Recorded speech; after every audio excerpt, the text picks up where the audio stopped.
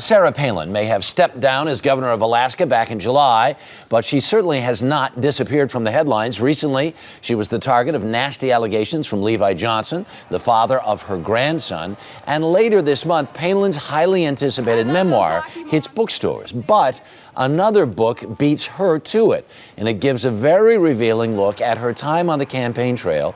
Joining us now are Scott Conroy, a colleague here at CBS News, and Shushannah Walshe, co-authors of Sarah from Alaska, The Sudden Rise and Brutal Education of a New Conservative Superstar. And they're with us live in the studio this morning. Good morning. Morning. Great to be here. I want to start at the end. A year ago this week, Election Day, it's time for concession speeches, and the candidates, John McCain and Sarah Palin, are in Arizona, McCain's home state. They're preparing for his concession speech. What's going on behind the scenes? Well, really, it was a remarkable internal war between the McCain and Palin camps on this last night of the campaign. A speech had been written for Sarah Palin by Matthew Scully. She was set to deliver it in her mind, but John McCain's senior aides decided they did not want her to give the speech. They thought maybe Which would have been very unusual to hear from a vice presidential candidate on that night. Right? Yes, although, as you'll recall, John Edwards did give a speech, and Dan Quayle had, so there was some precedent for it. But they decided at the last minute, no, she wasn't going to speech. John McCain made that decision.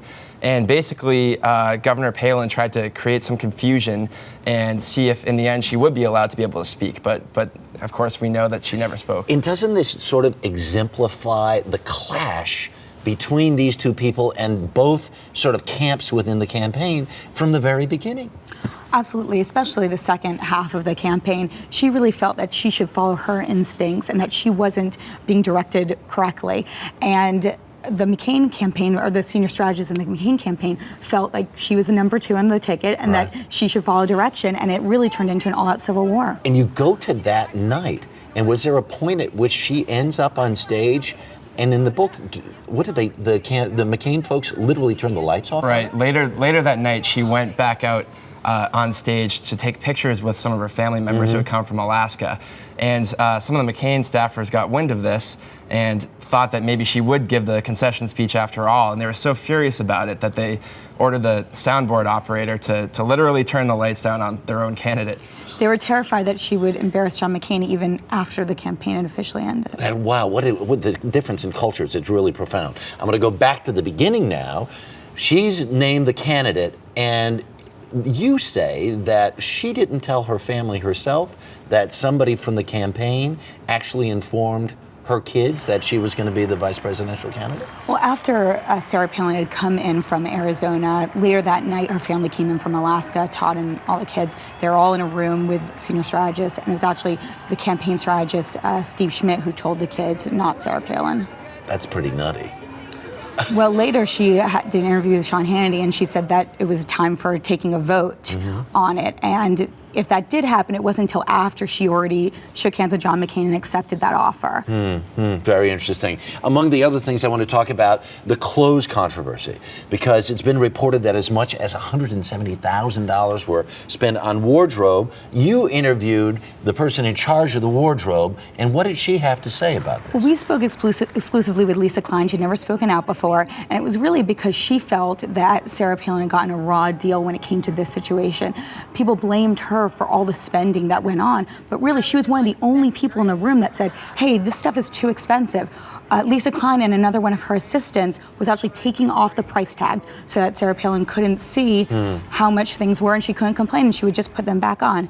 Now the spending did continue. It wasn't at some of the higher end stores like Prada and such, but it still did continue, and she was getting more self-conscious throughout the campaign to what brand she was wearing, to the way she looked like, because people kept on commenting on her clothes, something she wasn't used to in Alaska. Yeah.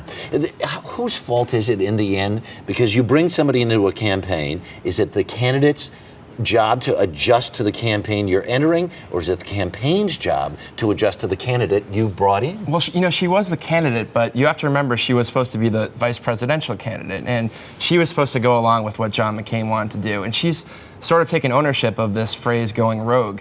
But really, to many of the McCain staffers, it was very irritating that she time and again, towards the end of the campaign especially, was going off and doing her own thing. Yeah, very, very interesting stuff. You're the first one to hit the shelves, right?